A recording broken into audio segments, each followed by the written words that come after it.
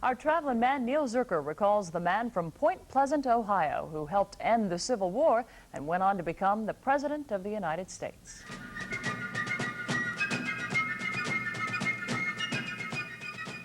Ulysses S. Grant could have been born in Ravenna, Ohio, if his father Jesse's business had not failed. Instead, the family moved here, to Point Pleasant, Ohio, to this tiny two-room cottage where in 1822 Grant was born.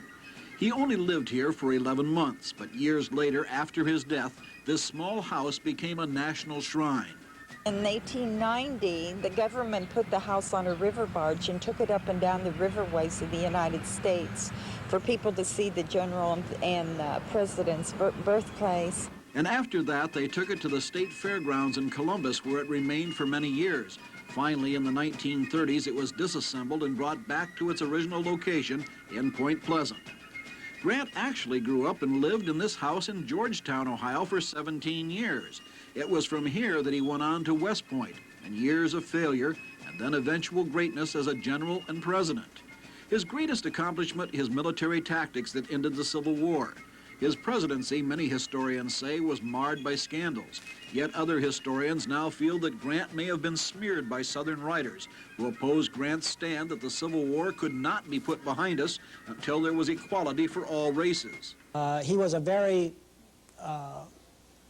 warm and compassionate man who did really think that the South was wrong, the North was right, and it was time to protect the rights of all Americans, regardless of their race or religion. The Ohio still flows past the small cottage here in Point Pleasant, but Ulysses Grant never returned to Ohio. He was buried in New York. Yet his presence is still felt here in the memorials that remember him as an Ohioan who, although he won his greatest glory in war, is best remembered for the words, "Let us have peace."